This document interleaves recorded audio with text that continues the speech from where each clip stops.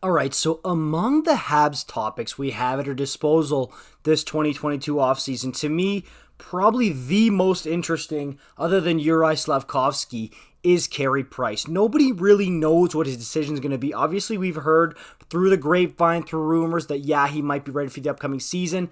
If you watch podcasts, you consume a lot of Habs media, you know that most people, including the Montreal Canadiens themselves, aren't really aware. Okay, they're not sure of what Carey Price is going to do. They're not sure of when he steps on the ice how his knee is going to feel. They're not sure of how he's going to feel between the ears, okay, mentally, how he's going to be.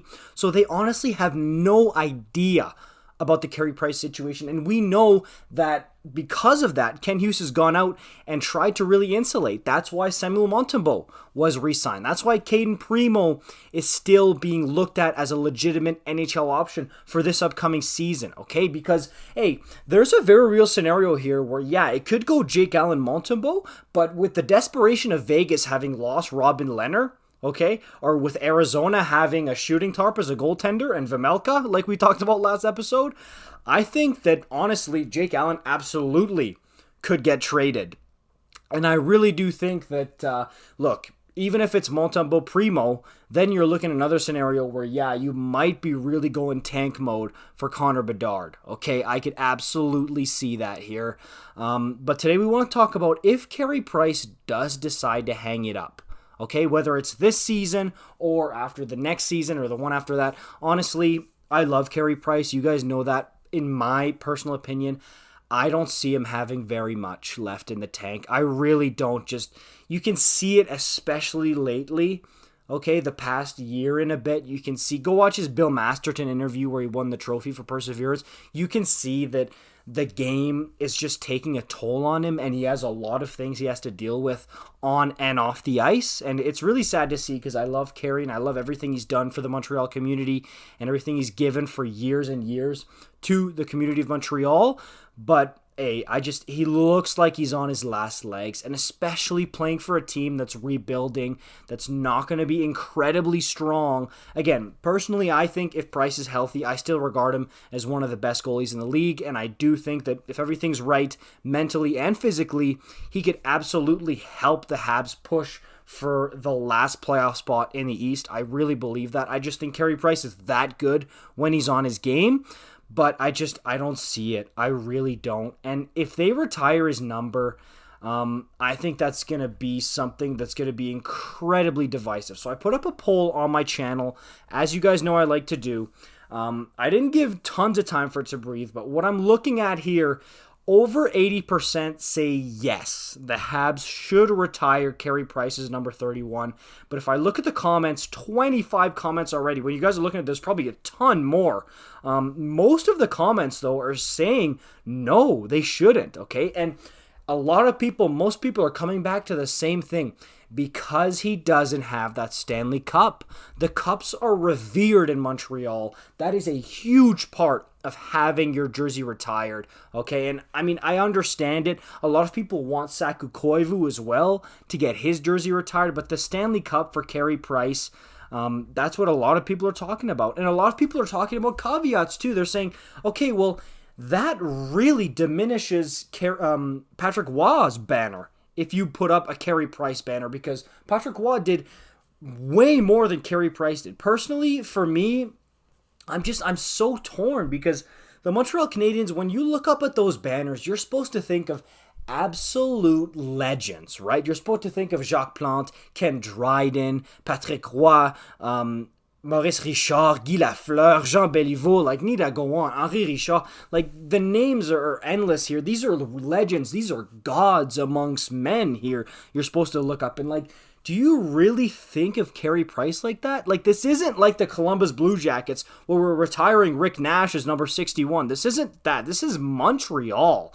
And maybe that's not fair to Carey Price because he's such a great, great goaltender. And in maybe 80%, 85, 90% of the other franchise in the NHL, maybe all the other franchises in the NHL, he would absolutely get his number retired, no questions asked. But in Montreal, it's just different, man. It just is.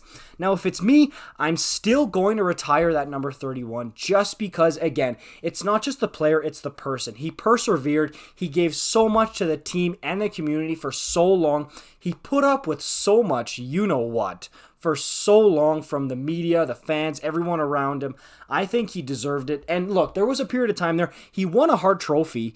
And I know a lot of people can say, yeah, well, Jose Theodore won a Hart Trophy. His number's not retired. Yeah, I understand, but look, you can't tell me you think of Jose Theodore and Carey Price in the same breath. You do not. These are two different, completely different goaltenders on different levels here. Carey Price is Carey Price. I think personally, he just makes it, okay, and gets his number retired. Maybe they do some kind of ceremony. Like, you know how in Calgary, they have the Forever a Flame where it's not quite retired, but it's still like honored. Or in Vancouver, they have that like Ring of Honor thing they gave to Burroughs. So, hey, that's just something to consider there for Carey Price.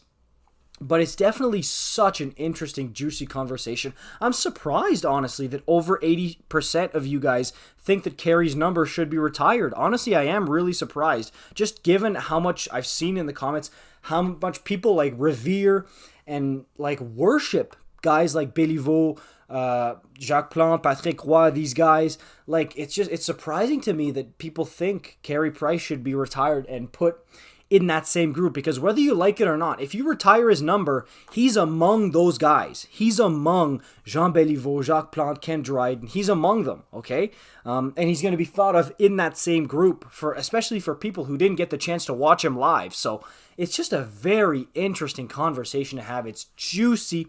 I want to know what you guys think, because clearly this poll stirred up a really, really juicy debate here, and I want to see, because a lot of people are saying he's definitely a Hall of Famer. A lot of people are saying he's not a Hall of Famer. I think he is. He's a first ballot Hall of Famer, just based on how good he was when he was very good. But people also forget that Carey Price, before 2014, like, he showed flashes of brilliance. Like, we saw a couple of like playoff series wins and a couple of flashes in the pan of brilliance. But before he won that gold medal in 2014 with Team Canada, he carried them there basically on a team with Crosby, Taves, all these guys. I also had Chris Kunitz, which I find pretty funny.